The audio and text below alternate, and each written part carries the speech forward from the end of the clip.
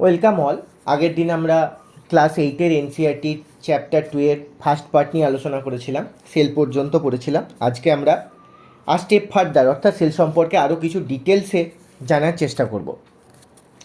Sales in all parts of plant have tiny rod shape structure called plastid.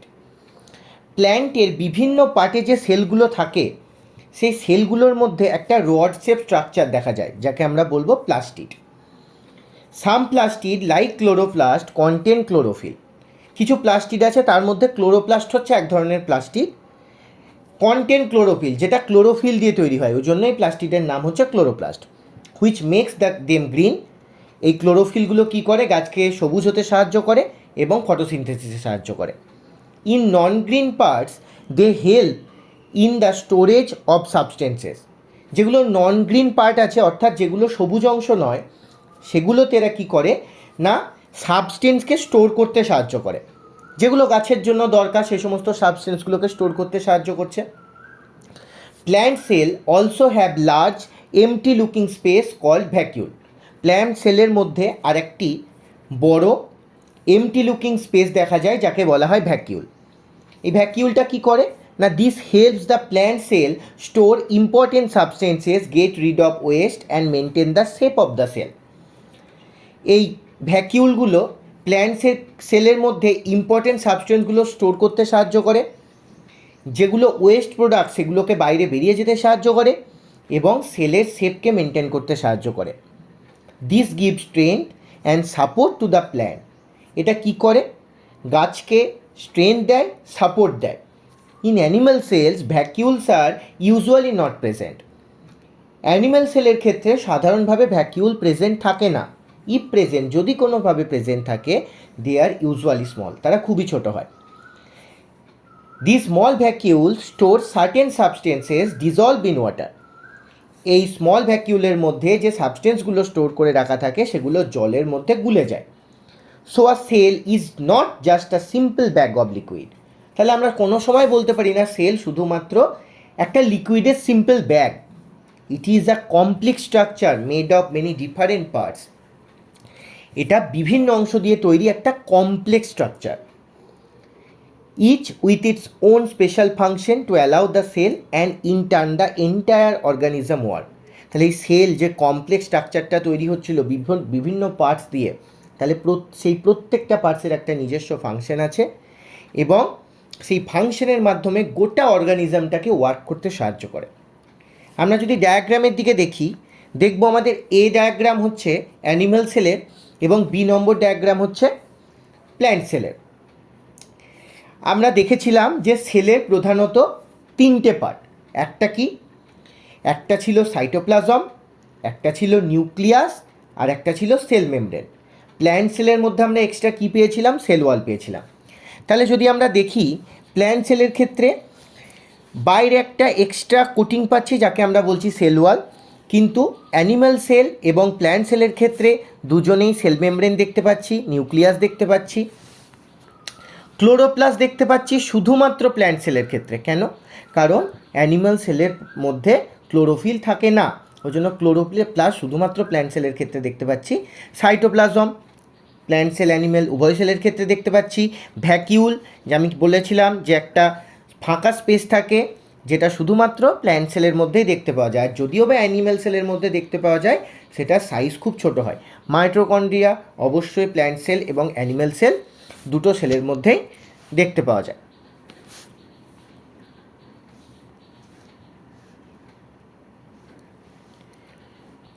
We have now understood the basic structure of cell. এখন আমরা সেলের basic structure সম্বন্ধে একটা ধারণা পেয়েছি। And we now also understand the plant and animal cells differs in shape and structure. তাহলে আমরা এটাও দেখলাম যে প্ল্যান্ট সেল এবং অ্যানিম্যাল সেল একে অপরের থেকে শেপ, স্ট্রাকচার অনেক কিছুতেই একে অপরের থেকে ডিফারেন্ট।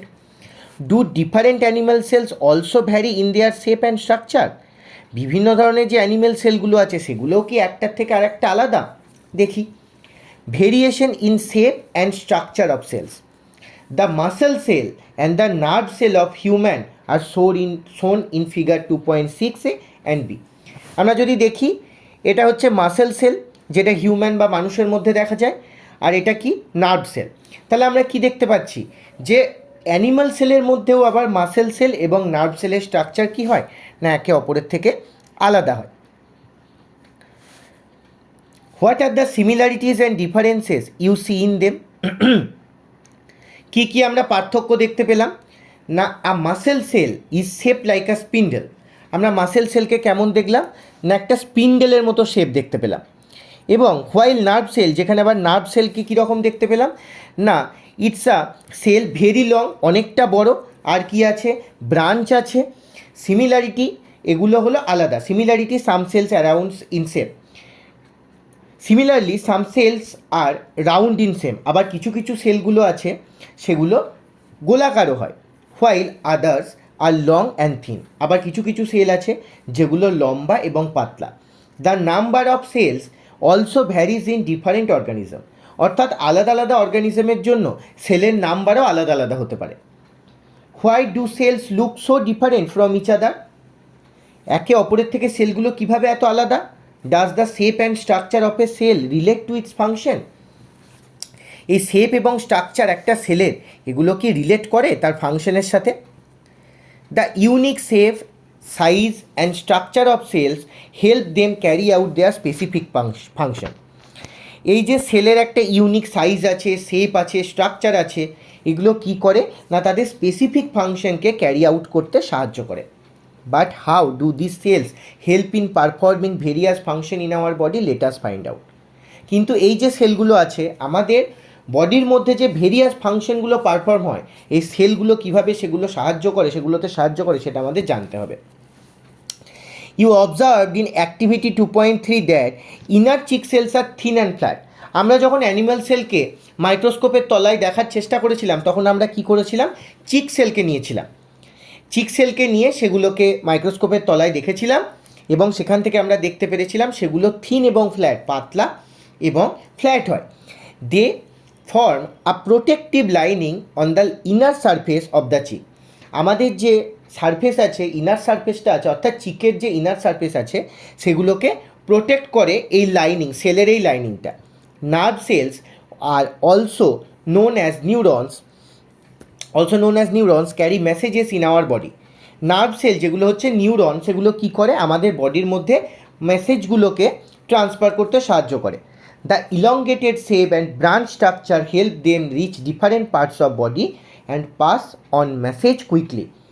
আমরা দেখলাম নার্ভ সেলের স্ট্রাকচারটা কীরকম। নার্ভ সেলের স্ট্রাকচারটা অনেকটা বড় এবং অনেকগুলো ব্রাঞ্চ আছে। তার জন্য কি হচ্ছে না তাদের এই ব্রাঞ্চ এবং ইলংগেটেড যে শেপটা আছে সেটা কি করে বডির বিভিন্ন জায়গায় খুব সহজেই তাড়াতাড়ি মেসেজগুলোকে নিয়ে যেতে পারে।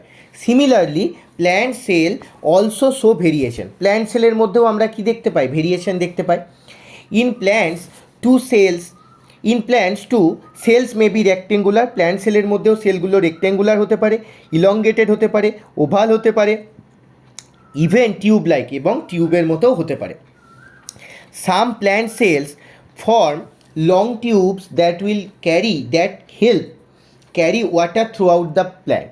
কিছু কিছু প্ল্যান্ট সেলের মধ্যে লম্বা লম্বা টিউবের মতো দেখতে সেল দেখা যায়, যেগুলো কি করে না প্ল্যান্টের একটা জায়গা থেকে অন্য জায়গাতে খুব সহজেই ওয়াটারকে ক্যারি করতে সাহায্য করে, জল বয়ে নিয়ে যেতে সাহায্য করে। You have already studied the digestive system in grade 7। আমরা ডাইজেস্টিভ সিস্টেম সম্বন্ধে গ্রেড 7-এই পড়েছি। Different parts of the digestive systems are made up of different types of sales.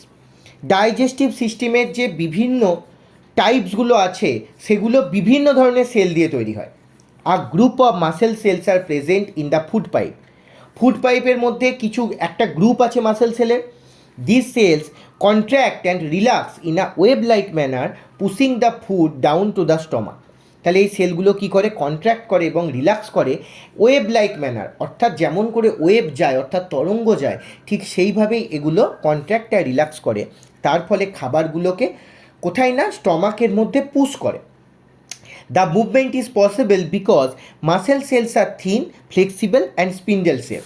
এই মুভমেন্টটা কেন এত সুন্দরভাবে পসিবল হয়, কারণ মাসেল সেলগুলো থিন হয়, ফ্লেক্সিবল হয় এবং স্পিন্ডেল শেপ হয়। The stomach also has different types of cells for performing different function. তাহলে স্টমাকের মধ্যে যে শুধুমাত্র এই গ্রুপ অফ মাসেল সেলস আছে তা নয়, স্টমাকের মধ্যে আরও অনেক ডিফারেন্ট টাইপস অফ সেলস আছে ডিফারেন্ট ফাংশনগুলোকে পারফর্ম করার জন্য। Muscle cells in the stomach wall help churn the food. এই যে স্টমাকের মধ্যে যে মাসেল সেলসগুলো আছে সেগুলোকে কি করে না খাবারকে চার্ন করতে সাহায্য করে। আদার cells in the inner lining of the stomach produce digestive juices and acids that help break down of the food। তাহলে কি করে, আরও অনেকগুলো সেল আছে, সেই সেলগুলো কি করে বিভিন্ন ধরনের ডাইজেস্টিভ জুস প্রডিউস করে। ডাইজেস্টিভ জুস মানে যেগুলো আমাদের ডাইজেশনে খুব সাহায্য করে যে জুসগুলো, অ্যান্ড অ্যাসিড, কিছু কিছু অ্যাসিড তৈরি করতেও সাহায্য করে। আমরা যে খাবারটা খাই এই ডাইজেস্টিভ জুস এবং অ্যাসিড সেই খাবারটাকে ব্রেক ডাউন করে, অর্থাৎ ভেঙে দেয়, যার ফলে সেখান থেকে আমরা energy pi. All this cells work together two make digestion possible. তাহলে এই যে মাসেল সেলস আছে, এই যে বিভিন্ন সেল আছে যেগুলো ডাইজেস্টিভ জুস তৈরি করে, অ্যাসিড তৈরি করে, তাহলে প্রত্যেকটা সেল একসাথে পারফর্ম করে to make digestion possible, digestion যাতে খুব সুন্দরভাবে এবং সহজে হতে পারে। What are the levels of organisation in the body of a living organism. অর্গানাইজেশনের কী কী লেভেল আমরা দেখতে পারি লিভিং অর্গানিজমের ক্ষেত্রে। The body of a living organism is organised in the complex way. একটা লিভিং অর্গানিজমের যে বডিটা থাকে সেটা সবসময় একটা কমপ্লেক্স ওয়েতে অর্গানাইজ করা হয়। Cell is a basic unit of life. Cell যেটা হচ্ছে basic unit of life, just like brick in the basic unit of wall. একটা দেওয়াল তৈরি করতে যেমন বেসিক ইউনিট হিসাবে আমরা ব্রিক অর্থাৎ ইট ব্যবহার করি, সেরকম লাইফের বেসিক ইউনিট হচ্ছে সেল। অর্থাৎ যেমন দেওয়াল ইট ছাড়া অসম্পূর্ণ, সেরকম সেল ছাড়া লাইফ অসম্পূর্ণ। Are group of similar cells form a type of tissue. অনেকগুলো একই রকম সেল মিলে টিস্যু তৈরি করে। Different tissues are organise to form a organ. বিভিন্ন ধরনের টিস্যুগুলো একসাথে অর্গানাইজ করে দিয়ে কী তৈরি করে, কোনো অর্গ্যান তৈরি করে। আবার several organ work together to form an organic system. অনেকগুলো অর্গ্যান মিলেমিশে কী তৈরি করেন, একটা অর্গ্যান সিস্টেম তৈরি করে, that performs a major function of the body, যেটা বডির মধ্যে একটা মেজর ফাংশন প্লে করে। All the organ system together make up a complete organism. প্রত্যেকটা বিভিন্ন ধরনের অর্গ্যান সিস্টেম বা সমস্ত ধরনের অর্গ্যান সিস্টেম একসাথে মিশে একটা কী তৈরি করে, অর্গানিজম, কমপ্লিট অর্গানিজম তৈরি করে। Like a plant or animal, সেটা প্ল্যান্টও হতে পারে, সেটা অ্যানিমালও হতে পারে। তাহলে কি হলো না, প্রথমে আমরা দেখলাম যে সেলগুলো কি হয় না, বিভিন্ন ধরনের সেলগুলো বা সিমিলার সেলগুলো মিলে কী তৈরি করছে, টিস্যু তৈরি করছে। এই টিস্যুগুলো আবার কি করছে, ডিফারেন্ট টাইপস অফ টিস্যু একসাথে একত্রিত হয়ে অর্গান তৈরি করছে। অনেকগুলো অর্গান বা সমস্ত অর্গান তৈরি করে অর্গানিক সিস্টেম, এবং এই অর্গানিক সিস্টেমগুলো একসাথে তৈরি করে একটা অর্গানিজম তৈরি হয়। সেই অর্গানিজমটা অ্যানিম্যালও হতে পারে, সেই অর্গানিজমটা প্ল্যান্টও হতে পারে। তাহলে কি কি দেখলাম, সেল থেকে তৈরি হলো টিস্যু, টিস্যু থেকে তৈরি হলো অর্গান, অর্গান থেকে অর্গান সিস্টেম থেকে তৈরি হলো organism. This level of organization help us understand how simple building blocks like cell come together to form a complete living being।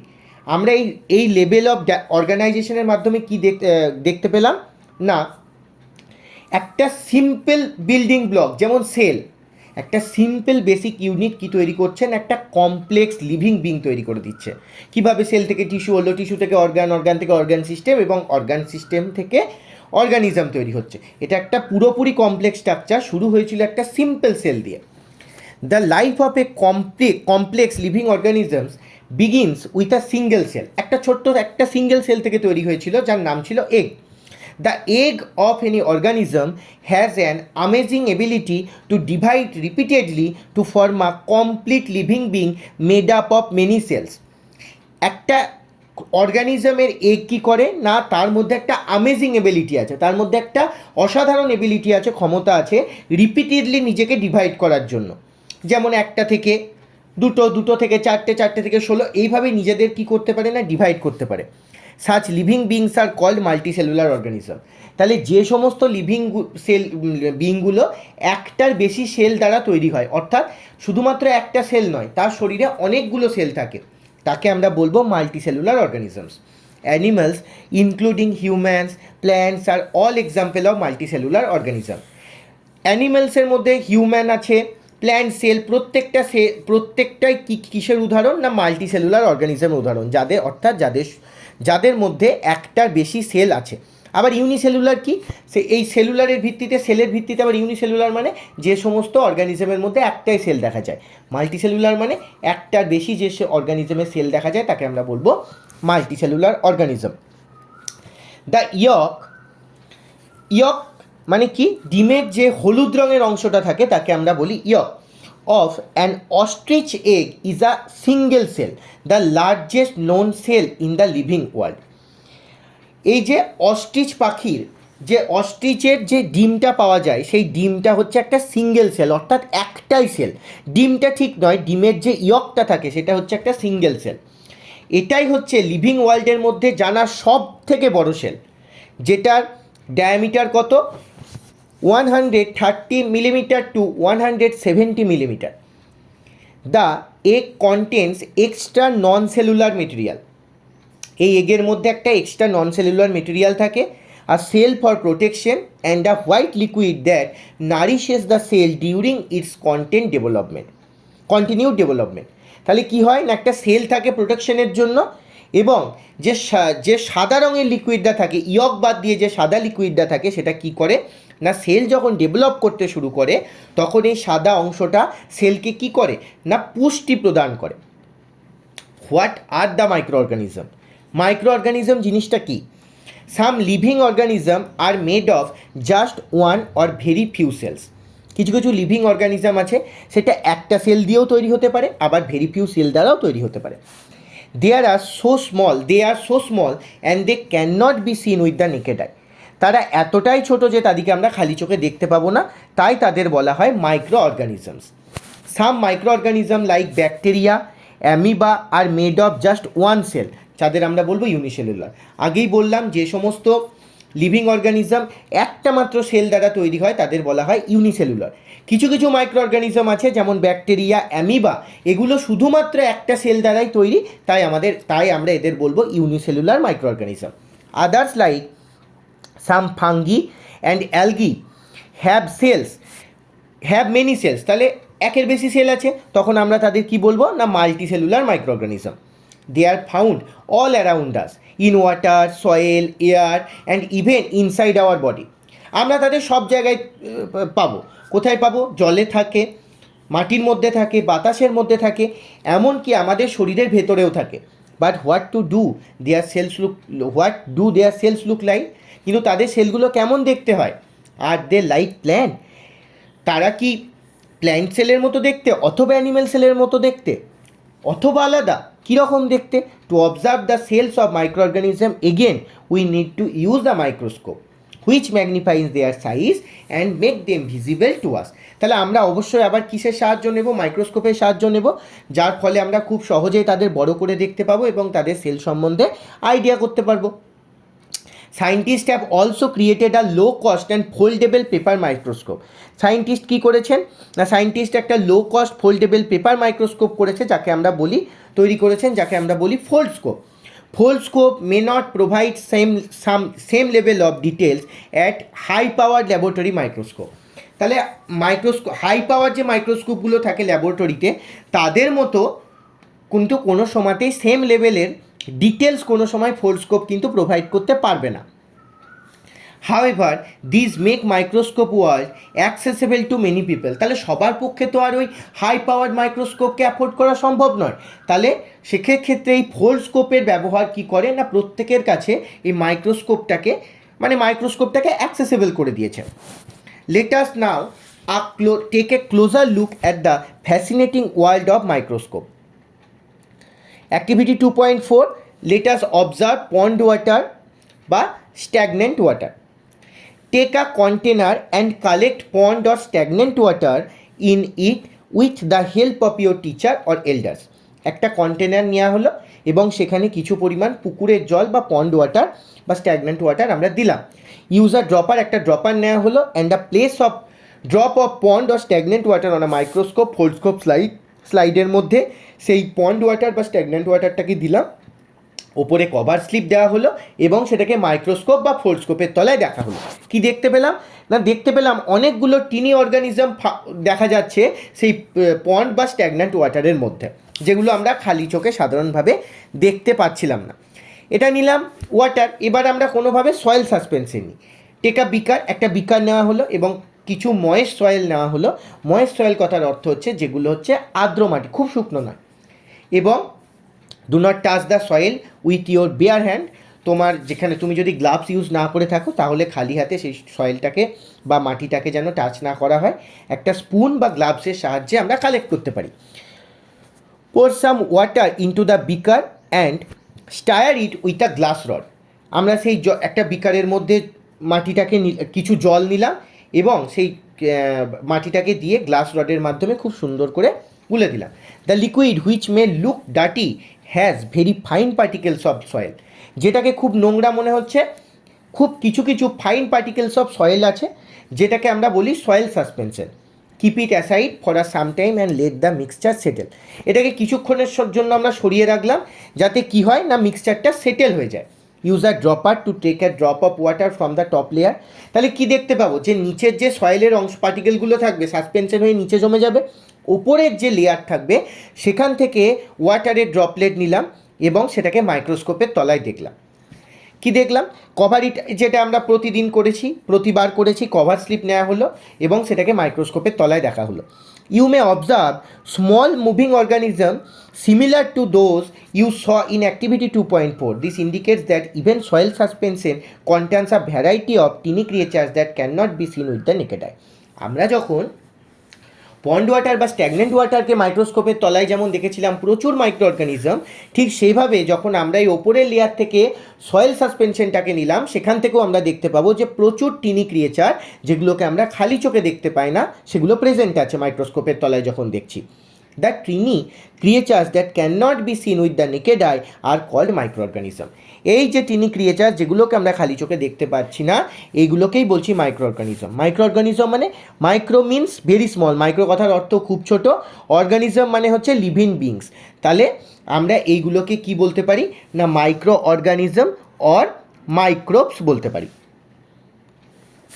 Next দিন আমরা অ্যাক্টিভিটি 2.6 থেকে কন্টিনিউ করব। আজকের মধ্যে এটুকুই, বাই।